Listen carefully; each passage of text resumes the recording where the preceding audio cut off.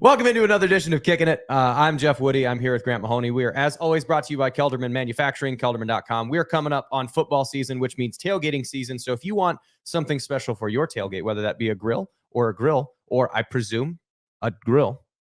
We talked about the Paul Wall grill, but like the grill you'd cook meat on, like a specific grill grade. I'm sure they can do that because just they can laser cut anything. And then a grill for your tailgating vehicle, whether it be a bus or an RV or a truck. So if you want a grill. I don't know if Kelderman makes actual like mouth grills, but if they did, they'd be quality. Yeah, my birthday came and went, and I did not get a mouth grill. So Jeff Kelderman, hello. So we just need 3 grills. Yeah, we also do laser cutting though. So if you need a sign that says "Happy Birthday to Chris Low T Williams," they'll make that for you. There you go. You could. I don't know why anyone would do that. There's no reason for that. But if you did hypothetically want to make that and ship that to the Cyclone Fanatic offices and Chris's door, we could just it would somehow find its way to his desk. I don't know how that would happen. Anyway, we're talking Utah today, but before we talk Utah, Grant, I have a confession. I murdered a lot of bees. Going to hell. I murdered a lot of bees. We had carpenter bees, which it just behind, like in the backyard, just some old wood was back there, and they just found their way in there. And if you don't know what carpenter bee is, it's like the size of like the last knuckle on your thumb. They're like that big. Like they're big SOBs, and they can't sting you, but they look like they can. Just big, fluffy, intimidating looking things. They're just big old teddy bears. The problem is they're right up by the house, and you don't know if they're going to sting you. And we got a baby, but there was like a dozen of them, and I had to kill a dozen thumb-sized bees. And I needed to confess that and get that off my chest, Grant. I'm sorry. That's okay. I'll package up 12 of my honeybees and give them to you, so they can replace. Or it's gonna be like a Godfather situation where you just have just one dead bee on a pillow when you wake up. Yeah, this is what you did. Yeah. No, I mean I got thousands. I can spare. So this is gonna be a couple to die all the time. Yeah. No. Speaking of bees, though, I know our listeners probably don't care, but harvested some honey last weekend. So. That it was pretty tasty. I got 2 hives, 2 locations, one in Ankeny. Did you eat it out of the bee's mouth, like squish it, just like a little bee puke that came right out of the bee's mouth? That's not how it works. You just pick it up and go. That's not how it works. It's like a little tiny teddy bear thing. The moisture content would not be ready if you took it right from the bee's mouth. Okay, Jeff. And in a bee's lifespan, they only make up 1/4 of a teaspoon of honey. So of the 6 to 8 weeks they're alive. So no, I'm not gonna take it right from the bee's mouth. That'd be rude. And like I said, the moisture content would not be correct. So yeah, I extracted some honey, got about 60 pounds, and it's delicious honey. So that's a substantial amount of honey. Pumped about that. It was only from 2 boxes. The volume size, not the weight, but like the volume of 60 pounds of honey. 5 gallons. That's a heavy ass 5-gallon bucket. Yeah. That's dense. Yeah. Good stuff. I mean, really fruity. Kind of like me. So hey. So it's good. You know, it's really good honey. I'm looking forward to bottling it next weekend. And yeah, that's the latest update. So for those not watching, I've got my Thank a Pollinator sweatshirt on. So it also says you're welcome, just as a little humble brag. Right down here says you're welcome. It's just not like you're bragging at all. Before we get to JT Wistrcill, there is one little mini read. We still have some space available. So if you go to wewillcollective.com/events, there is an event in Dubuque on the 27th, which is a Saturday. There's still golf and events available. Guys like Jalen Knoll and Bo Freeler and a lot of guys will be up there at that one. Also on the 31st, I don't know if there's any golf available. If so, very limited, but there are still event and roadshow, CF Roadshow tickets available. That will start at 5 after golf is all done. It's up at Arnold's Park in Okoboji, which both Dubuque and Okoboji, beautiful, especially at this time of the year. So wewillcollective.com/events for the Okoboji one. The slug is just /Boji Golf. So go to check those out. I'll be there. Grant's not because he has to work. Someone's got to pay the bills. I'm sorry. So you just have to deal with just me. I'm trying to figure out who, I'm trying to find other people to golf. I asked Lenz and he wanted to come, but he couldn't because he had to take care of his kids. So no Josh Lenz. I also asked Alexander Robinson. Couldn't make it down because he also has to work because it's a Wednesday. And not everyone can be lucky enough to golf all day on a Wednesday. Yeah, I hope you grilled A-Rob too for, God forbid, having to work. Yeah, the Fed. Who even works? Well, it's also the one in Dubuque you mentioned on the 27th. You mentioned that Jalen and Bo Freeler will be there.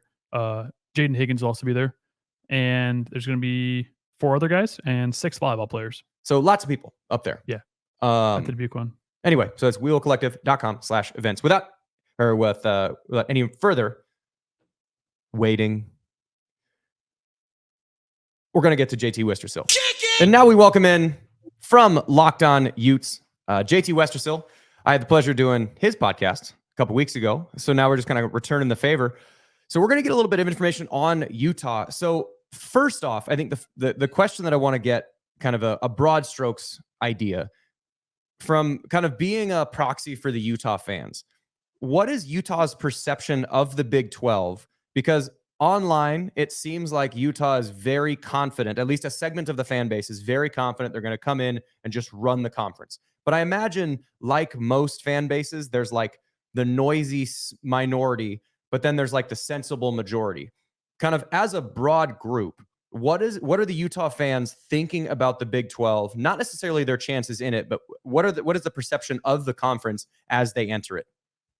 You do such a great job bringing up the loud ones trying to make up the majority, and that so many fan bases deal with exactly that. But I do feel like Utah fans overall are excited to be in the Big 12.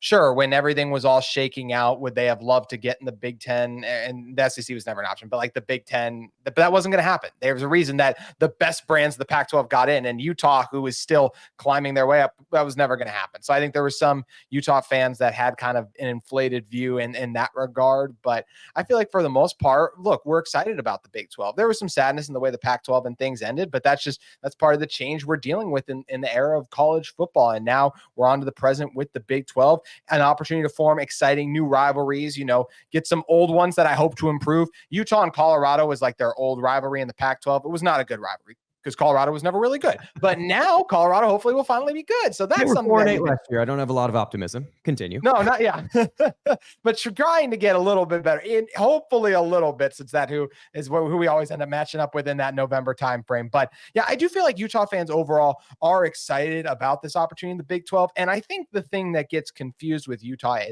is I think most fans realize Utah not every season is going to run the Big 12. This year, I think they deserve to be the preseason conference favorites with the talent they return on this roster.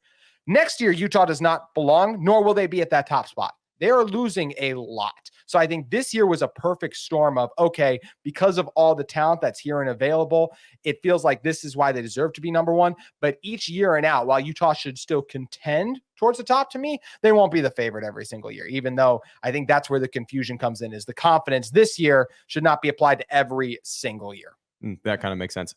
One thing that I remember from the show that we had done, and this is a fact that I didn't recognize. So in the teams in the last batch, the Houstons, the BYUs, that group, they didn't fare well. I think 4 of the bottom 5 teams in the conference, with UCF being the only one that didn't make up the very bottom dwellers of the conference. The incoming teams didn't fare well. I think that there is some semblance that a transition from conference to conference is harder than what a lot of people are giving him credit for. But Utah, interestingly, Kyle Whittingham has been through this now 3 other times, right? I think they've gone from, what was it, the WAC to the Mountain West to the Pac-12 and now to the Big 12, all under Kyle Whittingham's tenure. So he's gone conference to conference to conference to conference, and he's gone up in conferences. So this is a thing that he's relatively familiar with. What was his sentiment, whether it's at Big 12 Media Days or at media availability, on the transition from conference to conference? Because again, those other 4 that came in last year didn't do all that well. Why is there expectation that Utah would be different? Well, I think the one thing right away we're talking about is we are talking about, well, now it's Power 4, right? But Power 4 program, Power 5 staying in the Power 4 level versus those teams that were coming up from the group of 5. So there's just a step up in talent and recruiting and all the things that have to take place there versus Utah's had a roster that, let's just not even talk about the Pac-12, right? Nearly beat Ohio State in a Rose Bowl, was tied with Penn State until Cam Rising got hurt in that game too. So they've shown the ability to compete with teams outside their own conference. And I do think there was the negative perception of the Pac-12 went too far too often about some of those teams being like, oh, it's a soft league. And honestly, the reason Utah was able to win is because of how physical they were. So I do think that Utah's physical brand translates to any conference. And that's exactly how Kyle Whittingham feels about it. He just talked in general about how, how much college football is going towards more of a spread style and all of these teams, what they like to do. So he said it's a lot of similarities in terms of what a lot of these teams from the Pac-12 did to now what they'll be preparing for in the Big 12. Sure, it's a different set of conference foes, and there's definitely an adjustment that comes with that. But Utah, because of the success they've had with these guys on the roster, reaching the point of winning conference championships. Even last year, their losses were all to really good teams that were ranked teams. So I think that's why you see this confident Utah team. They've navigated this transition a few times. Their brand of football is a successful brand of football. Defense wins championships is something that's echoed a lot. That's something Kyle Whittingham takes a lot of pride in. It's defense and don't turn the ball over. There were a lot of times last year when Utah was going through their backup quarterback stretch where they had a guy in there who Nate Johnson, his name was, now at Vanderbilt. He was better at running than throwing, but he kept fumbling it. So Utah was content to make him drop back, even though it was not going well, because it's like, well, our defense is stopping them. So we're still staying in the game. So hopefully one drive, it'll click for them. But I think Utah's confidence comes from their style and their brand and feeling like that's just what makes a successful football team, regardless of opponent. Nate Square Peg Round Hole Johnson. So Utah is a little bit different than other Pac-12 schools for a variety of reasons. But the one I want to focus on is people actually go to Utah games. And, you saw Arizona's AD, kind of like that Jed Bush video the other day, please clap. A couple years ago, please clap. Please show up to our games. He was begging people to show up to our games. So has it always been like that for Utah, where fans are always showing up to their games? Because Big 12 fans are fanatics. They're, every weekend, doesn't matter where you're at, who you're playing, the stadiums are always packed. Has it always been like that for Utah, or I know Utah has been successful in the past. They beat us 68-27, 2010 when I played. Don't bring that up. Shellacking. Don't bring that up. So they've had really good seasons, but Shaky Smithson still haunts my dreams. Yeah, but they've had a lot more success, I would say, of recently. So has the fan base always supported the Utes like they are right now, or is it just kind of more of a within the last 5-10 years type thing? I think for the last, it's grown. Utah used to be a basketball school, like way back, but like around the time of Urban Meyer. Right? Yeah, Andrew Bogut, all the things of that. Rick Majerus, those were some really good teams. Made a Final Four run even. But Urban Meyer changed that. And from Urban Meyer, changed Kyle Whittingham then. And ever since then, Utah's been a football school, and the fans have supported it great. They've gone a couple of stadium renovations to meet the demands of fans who want tickets, because they have some 70-something sellout streak. I'm doing the quotations because you can always see like a few of those bleachers at the very top. Are like, is it really sellout? But like it's packed. The place is packed. Kirk Herbstreit said it's one of the toughest places to play in college football.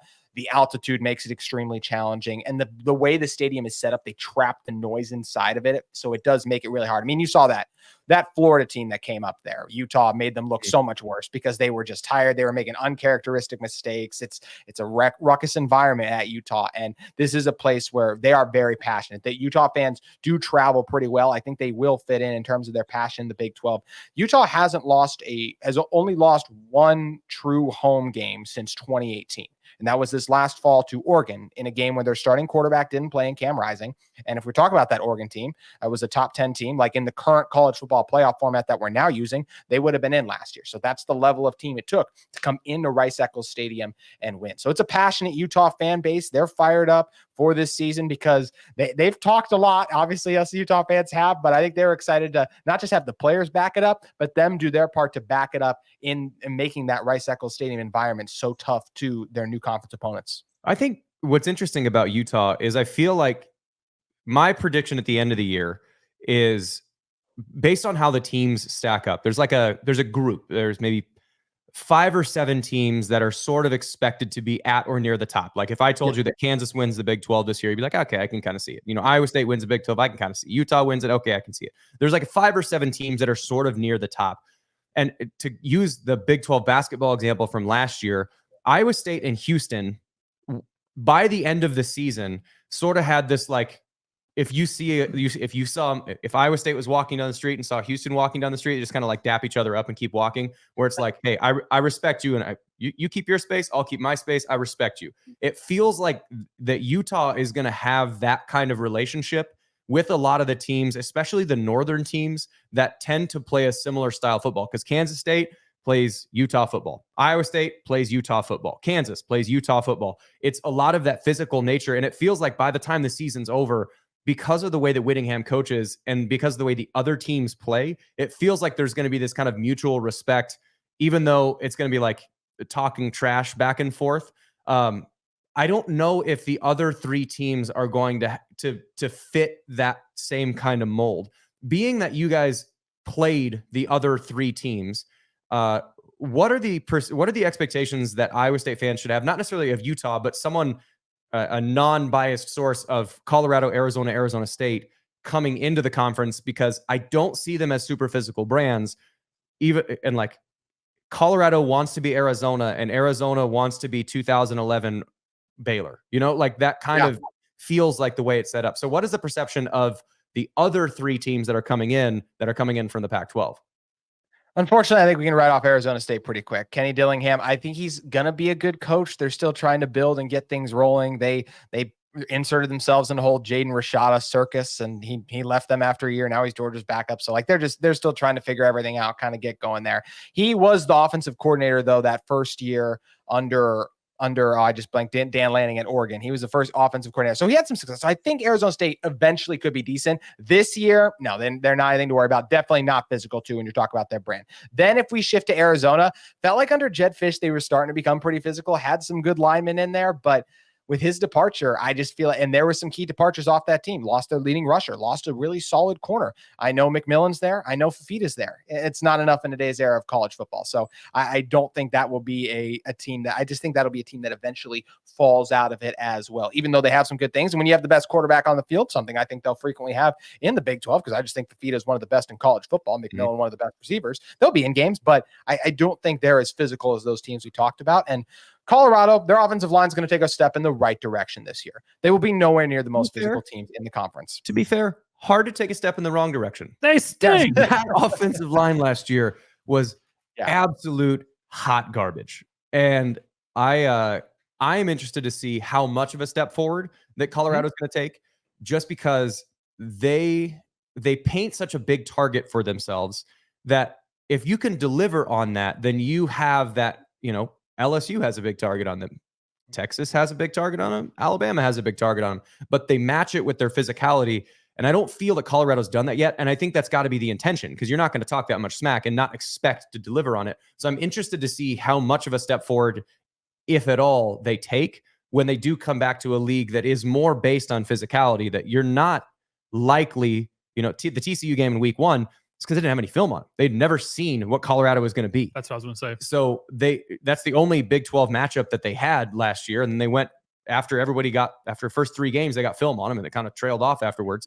But now you're not against Arizona or Oregon. Now, or Oregon's a little bit different, but like teams, the USC, those teams are going to try and beat you 45-30 as opposed to try and beat you 17-7 like a Utah. So I'm really interested to see what Colorado does. But Colorado's got Warren Sapp now.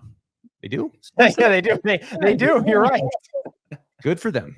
Great player. We'll see if he's a good coach. Who knows? That's kind of my theory, is that Colorado, they had so many transfers that no one really had any film on them or what they were going to do. And so that's why they're so good first few weeks. And once people got film beat Nebraska too. You're right. Yeah. It's just, you have no film. Like, what if they come out in a 3-by-1 formation with Travis Hunter as the slot guy?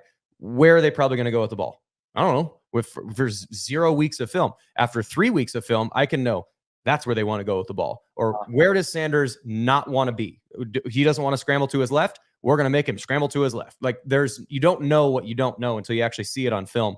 Back to Utah though, with Cam Rising coming back, because he missed all of last year. Was it Achilles, ACL? Yeah, MCL. He had a lot. I mean, Achilles, MCL, like it was bad. Just lower leg injury. My understanding of Cam Rising is sort of tangential, just being a college football fan. He feels like he is to Utah what Brock was to Iowa State, independent of what he's doing the 49ers, which is when he is around his teammates. They want to be better. And when he's on the field, he will cut his arm off to try and win. He generally will make the right decision, but is more defined on making good plays than he is on making wow plays. To me, that feels like Brock Purdy circa 2020 is Cam Rising circa 2024 for their respective universities. Is that a fair peg of Cam Rising's game? I think it absolutely is. It's amazing that you were only on my show one time, Jeff, and you already sound like a Utah fan describing Cam Rising right away, because I think that is exactly right. Let's look back to 2021 when Cam Rising eventually got the job. He did not win the job. Charlie Brewer, that former Baylor quarterback, when they broke through all those years ago, he was the guy who first got the job, and Utah lost at BYU. That's a big no-no. Then they play San Diego State. They lost that game too, but they benched Brewer at halftime, and Cam Rising came in. And things just felt different. Even though Brewer beat him out, it was just like, this is different. And it's exactly what you talked about. The guys rallied around him. They played harder. The way they talked about Cam Rising, it's real. The confidence they have. Kyle Whittingham spoke about that at Big 12 Media Day. We have Cam Rising back. Like, things are going to change. This is a Utah offense that averaged over 35 points per game back in 2022. Cam's last year healthy. With Bryson Barnes last year, that plummeted to 23 points per game. And that's not just because of the talent differential. It's also because of the trust the coaches have. Because we already talked about Kyle Whittingham. You're not going to turn that ball over. So I don't care if it's 3rd and 9. We're going to run it here because it's a low scoring game. And we think our defense can end up winning it like they did against UCLA. They won a really ugly 14-7 game because that's the style they chose to play. So Cam Rising instills confidence in his teammate. He's a guy who just makes winning plays. Sold out like against USC to get that 2-point conversion in that big home game. If we look at that, there's just so many times where Cam Rising has come up clutch. He is a leader of leader. Kyle Whittingham, who's seen a lot of college football, called him one of the best leaders he's ever been around. And his presence is the reason that so many of these guys, Brant Keithy doesn't come back. Dorian Singer doesn't transfer into Utah, the former Arizona receiver who's now here too. So there's a lot of people that came to Utah, not just because of the brand, because they want to play with Cam Rising, a guy who's experienced some of the best success we've ever seen with this Utah football program. And he is a phenomenal leader. So Cam Rising, 2025, Mr. Irrelevant, confirmed. Just on Cam Rising, I don't want him to get injured, obviously, but say he does. Who is his backup? Like, did anybody get transferred in? Is it a freshman? Who's behind Cam Rising, and would they be able to maintain the success that Utah is, probably going to have this year? No, they would not maintain the success. Utah can do like last year, like Utah, when they played Arizona State without Cam Rising, they beat them 55-3 at home because they were better as an overall team than them. But like some of those, like the Iowa State game and the Arizona game, like those games, if Cam Rising got hurt, that's where you're like, oh, like there's such a difference in quarterback play. I think Brandon Rose, the most likely guy to be Cam Rising's backup. Brandon Rose won the job in the spring battle back in 2023. He had started to lose it and then got hurt during the season. So then he redshirted. So it was almost a backup last year. Now should be the guy who takes it. Utah, they've got a complicated playbook. It takes time to learn. He's been the guy who's been in the system for longest. I think he is an adequate backup where Utah can beat the teams they're supposed to beat. And then when they play teams that are like, okay, the quarterback disparity is too much here, that's where Utah could get in trouble, because I've never seen Brandon Rose take a live snap in a game. I've only ever seen him in spring ball. He's looked fine there, but I'm not going to be like, oh yeah, Utah will achieve the same things. The other guy's interesting who the next quarterback is.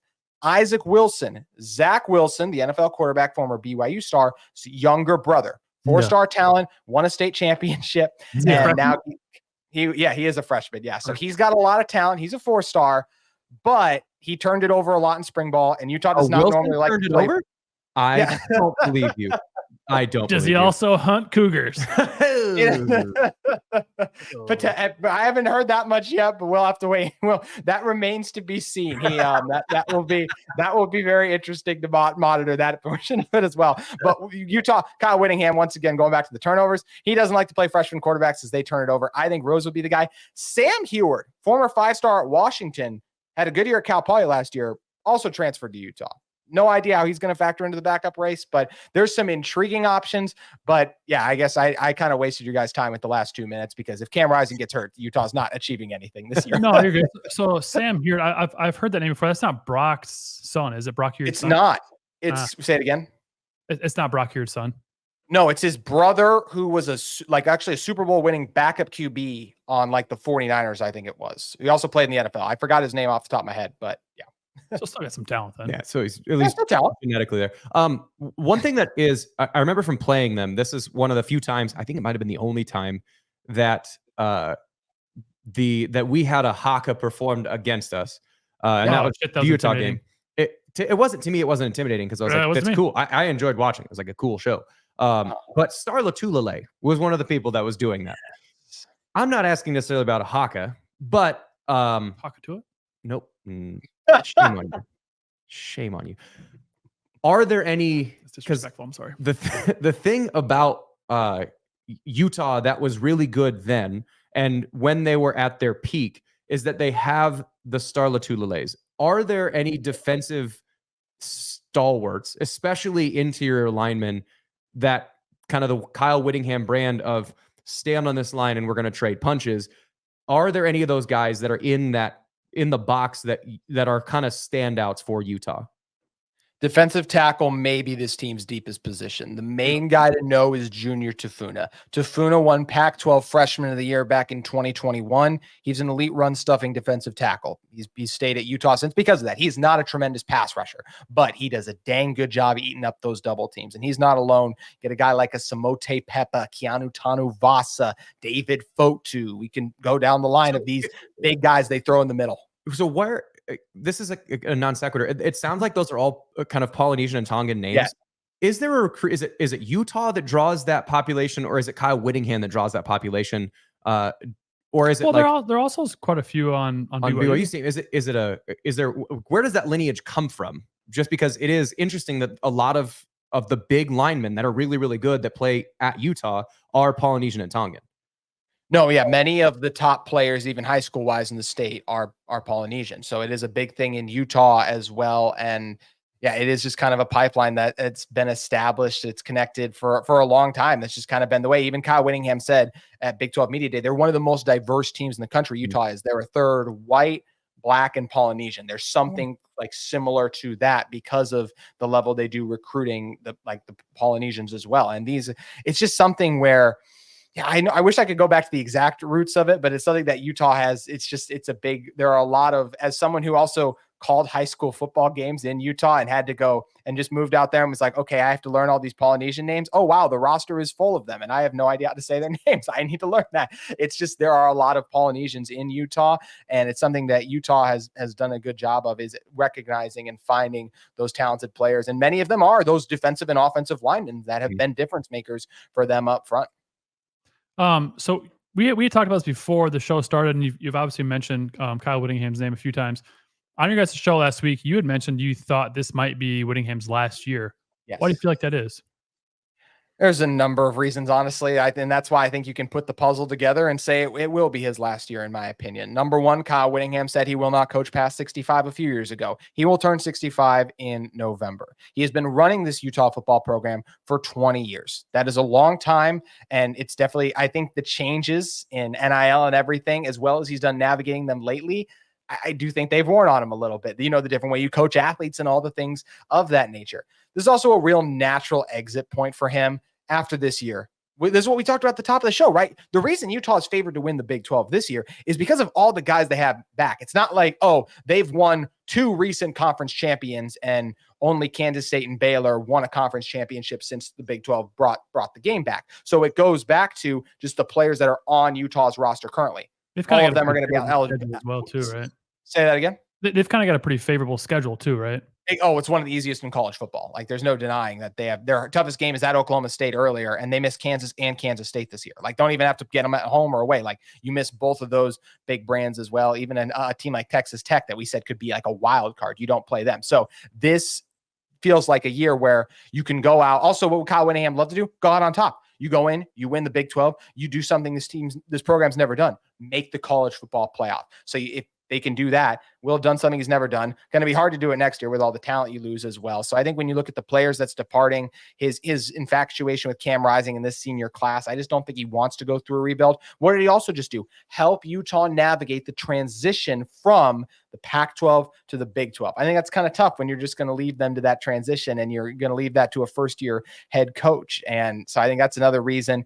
Also, Kyle Whittingham is not the type to me that just talks about retirement for the sake of talking about it. He means it. when he goes on Big 12 Media Day and says, I probably won't be here in 2027, I don't think he's just saying that. I think he genuinely means it. When he goes on Jim Rome's show and says he's day to day, I don't think he should have used day to day, but I don't think that's an exaggeration. Of some days it's probably like, oh, it's my last year. Let's go and do this. So I just think there's a lot of reasons when you look at to go, okay, this is probably it for Kyle Whittingham as the Utah's head coach. So it feels like a lot of the chips are on the table for Utah this year. Then, if this is the last senior class last year, this might be Kyle Whittingham's last year, and if it's not, then he's going to kind of have one more year of like a transitionary rebuild if he were to come back in the 2025-6 season, and then you're kind of passing it off to the next guy.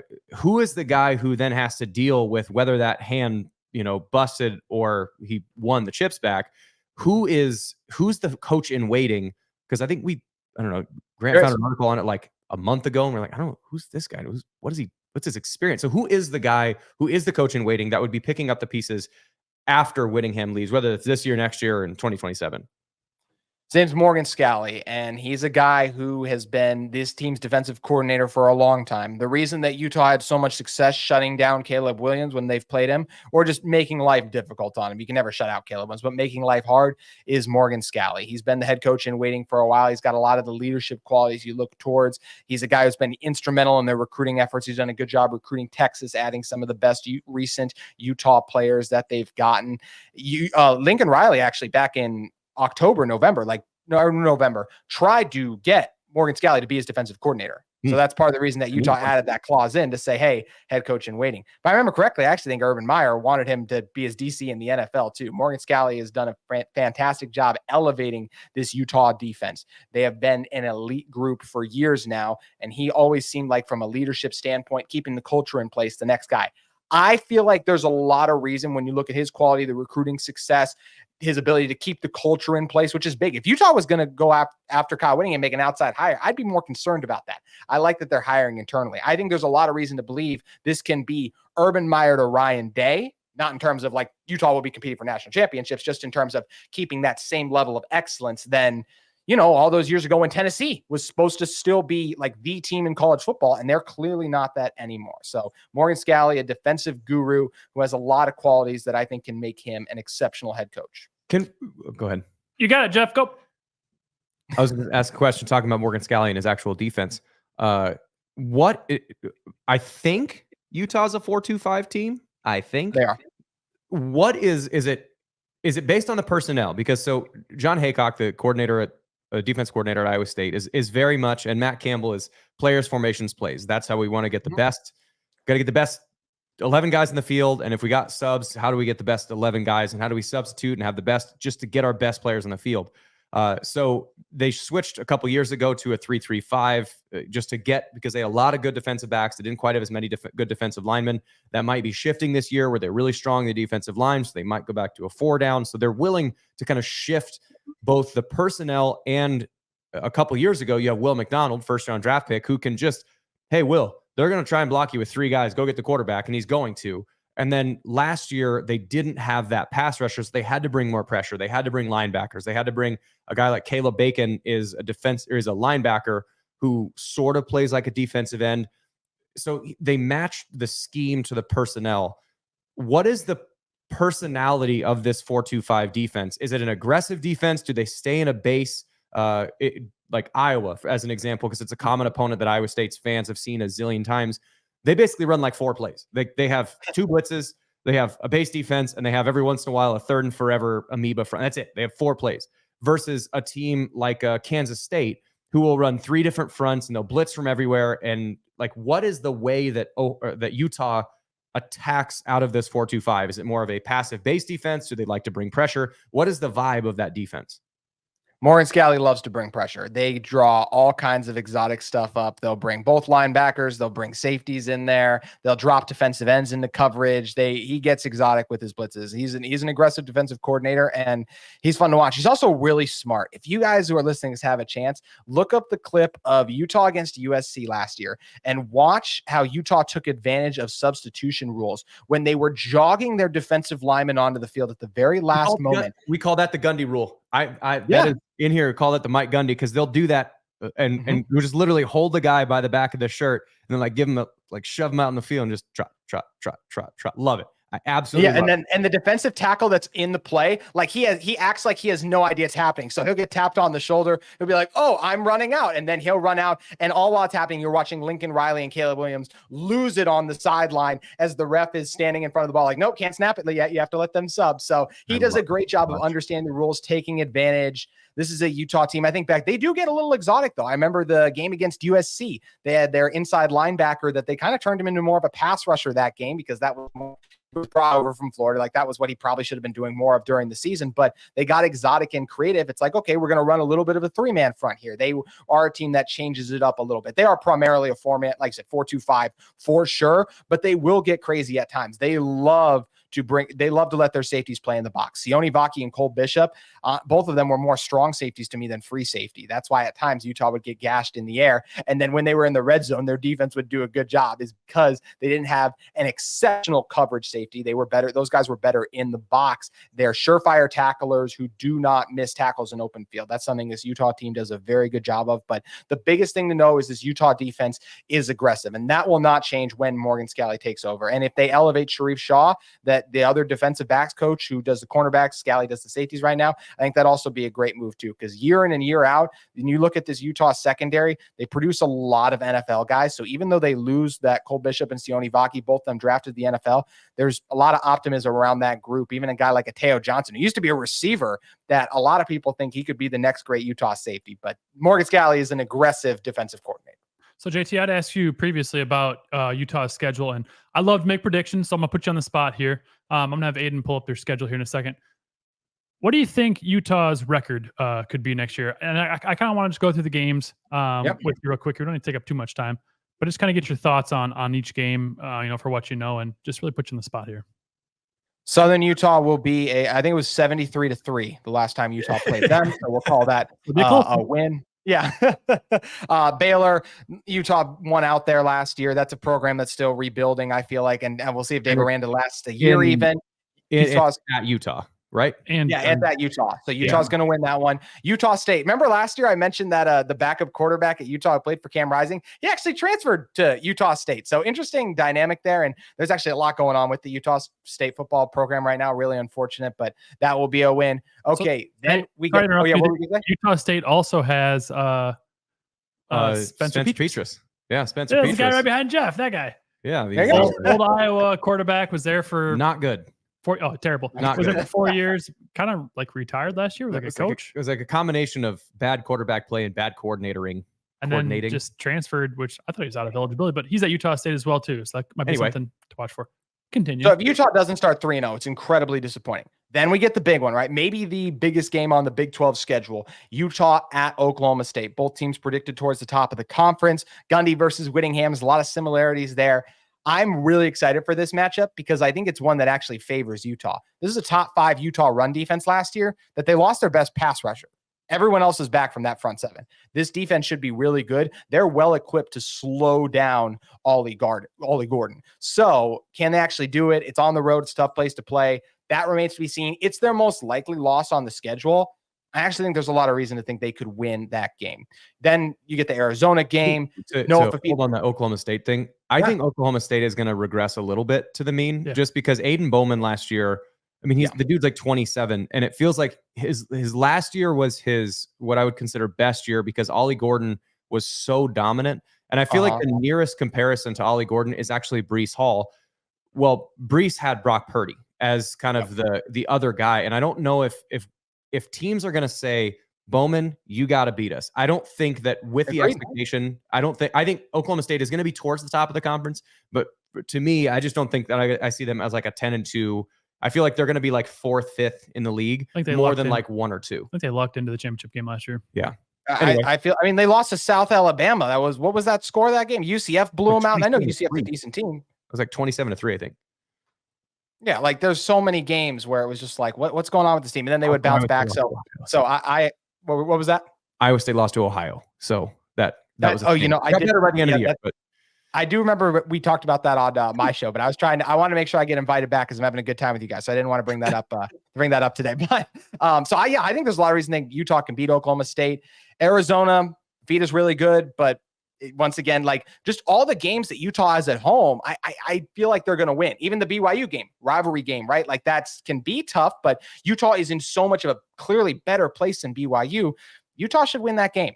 So when you look at this schedule in total, like Arizona State win, to me, TCU, Houston should be wins, BYU. I know we were crapping on Colorado. From a matchup standpoint, I think they'll have a chance to upset Utah, but I still feel like Utah should win that game. Unfortunately, yes, guys, I do have Utah beating Iowa State. And then the UCF game is one that I do find interesting just the more I study up and learn about them. Overall, I have Utah going 11-1. I always change who the one loss is going to be. I just think it's too hard to go undefeated in college football. And there could obviously be more losses on this schedule because of the Iowa State's, a rivalry game with BYU, Oklahoma State. Like there's lots of games here where Utah could potentially lose. I think this is a really good veteran team that knows what's on the line. They're going to achieve it. I have Utah going 11-1. And at this moment, I'll give that one loss to UCF. All right. So kind of leading off that too, the speculation is kind of be that has kind of been that the Big 12 is only going to get one team in the college football playoffs. So say that say Iowa State goes, well, I guess that won't happen. So say Iowa State goes 12-0, say Utah goes 11-1, their one loss to Iowa State, and they meet up in the championship game. Utah beats Iowa State, so both teams are 12-1. Do you think that would be an instance where both teams could get into the playoffs, or do you think the Big 12 is solely a one bid conference? I think they will have a chance to get 2 in as well, because I do think the committee factors everything in. As much as that Big 10 and SEC bias is clearly present in that, I just feel like you can't ignore that for especially a one loss. Like, especially, and you can't, I don't want these teams to get penalized. Like you said, Iowa State was the one who didn't have a loss, right? In this scenario, in the regular season. Yeah. Why are we punishing them for losing the conference championship game then? To me, like if we're going to take in some team, like the third Big 10 or SEC team that didn't even get there, when it's like if Iowa State didn't play in that game, it wouldn't have penalized them. So that's where I think that, yes, 2 teams can get in from this conference. I think it will be tough and will probably require some chaos because, yes, if we equal out like those one-loss teams, the Big 10 and the SEC team might have a tougher schedule on paper. But I just feel like if you're a one-loss team in a 12-team playoff, I'd be shocked if we have 12 one-loss teams in general in college football, I think that would be incredible. So I think it is possible to get multiple Big 12 teams in. I honestly think a 2-loss team, pretty much in any Power 5, Power 4 now, a 2-loss team in any Power 4 conference is basically in. To me, for my money, just because I think the 9th, 10th, 11th, 12th teams were like Penn State was 9-3, and there might have been another one in there that was like like an SEC team. I think Penn State was 10-2 because they only lost to Ohio State and Michigan. To your point, they beat the shit out of Iowa. Yeah, never mind. For the record, I don't think Iowa State's going to go 12-0. That was a very hypothetical question there. Well, there's lots of Big 12 teams that might go 11-12-1, like we're talking about, right? And then or 12, or just have 2 losses. Like you said, Jeff, a Power 4 team with just 2 losses, with how tough a college football season is, there's no way in my mind that a 3-loss Big 10 or SEC team is getting in over that. Like I would be such a travesty unless the schedule was that poor for that team, but they're going to have ranked wins on it. So I really hope that's not the case where we see a team. It's one thing when we're arguing equal amounts of losses, but if we're talking 2 losses versus 3 losses, that's where to me, I really would love to see multiple Big 12 teams get in, especially because I'm getting sick and tired of the Big 10 SEC biases. I think a lot of us are. For sure. One last thing. Yeah. Utah basketball. No, that's all the time I got. That's all the time I got. Thanks, guys. For football, though. You can ask the football question. I'll ask the basketball question. So BYU fans, they made brownies for Iowa State fans when they came out this last year. What do Utah fans got for us? What kind of pleasantries? Okay, so when you guys come out to Salt Lake, I'd say the best thing by far is the views of the stadium. There's mountains overlooking it. There's some cool hikes that are close by that overlook the city. So I'd say we have the views is the biggest thing like that. In terms of, there are some good food spots out there, a couple good burger spots. I haven't been to Iowa, unfortunately, so I can't speak to the places you got there. I don't know if those will rival it in that regard. I guess do you guys got crumble now too? I feel like everyone's got the cookie craze now. Yeah. That originated in Utah. So that's not even like a thing that they can claim anymore. Yeah, it was at Utah State actually, because we mentioned them earlier. That was the very first one that opened. So there you go. Now you guys get your cookie facts in for the day. But yeah, yeah. Okay. Go ahead. Sorry, finish. I was going to ask. All I was going to say was, I don't know. Like I said, I think the best thing about coming up to Utah would be the views. There's some good. There's good catering in the press box. I'll say that as well. If you guys do come out for that regard, like good catering in the press box, so you can look forward to good press box food and views, and probably an Iowa State loss. But hey, if you guys can be the second team that beats Utah on their house, that'd be pretty impressive. You don't say that. I'm actually, my last thought on football, the thing that I'm really interested in is because there are so many teams that are very, very similar to each other. I think Kansas State, Kansas, Iowa State, Oklahoma State, Utah, and then one of the two the primary Texas teams, whether TCU or Texas Tech. Those teams are all pretty much the same. Like, what? In your hand. It's a blister. That is an impressive blister. Thanks. But I think they're all pretty much the same. So I'm really interested to see how it ends up, just because, a field goal here or a interception here or a turnover there, it's going to take a team from 10-2 to like 8-4, but they're not going to be that different from each other. So I'm interested to see this season is going to be really fun. But to finish on it, basketball, Big 12 is really good at basketball. Is Utah ready for that? No, unfortunately they're not. So it's going to be, I'm very curious because I think they assembled a decent coaching staff. I don't think the roster's there to compete in this conference yet. I shouldn't even say compete. Like if Utah were to finish in the top 10, I think that's a huge win, all things considered. And I mean, this is the best college basketball conference. It's going to be tough. You look at the best players from this team last year went to the NBA or transferred away, like a Davon Smith. So Utah can be competitive. They can upset a couple.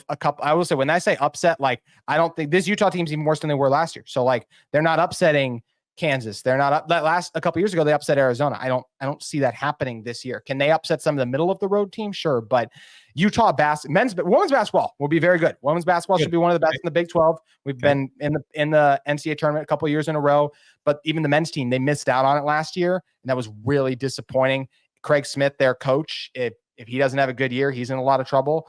So I'm very curious to see how this first year in the Big 12 goes. And as high as I am on Utah football, I'm pretty the opposite for the state of Utah basketball right now. Well, I feel like that's honest. We appreciate the honesty. Yeah. Proud of me. Big 12 basketball is a grind though, but it is. You always got to have those doormat teams. So we appreciate Utah for that. Yeah. Oh boy. Well, I appreciate you coming on, man. This has been useful. I mean, hopefully catch up with you at some point later in the season, especially come whenever in November it is. Right? We got a November last game game of the season. Second to last, November 23rd. Unless you guys don't play on the 29th. Yeah. I think it's the Kansas State's the last game. Okay. Right? Kansas State's always Farmageddon's always the last game. One of the two, yeah. Aren't we? Aiden? We appreciate that though. Thank you for your time. I've enjoyed this, and I don't know anything about Utah, so this has been good. So hopefully our listeners will get something from this as well. No, I've had a blast. Thank you guys so much for having me on. Hopefully your listeners aren't too mad at me for talking about Utah validating a lot of the things that the crap that people say online, but that's what makes it fun is fall camp starts a week from now. So we get to finally see if all of this hype is worth it or not, or if it's going to be a very long off season for me and a lot of the predictions I've made about this team. But thank you guys again for having me on. All right. Thanks, JT. Thank you.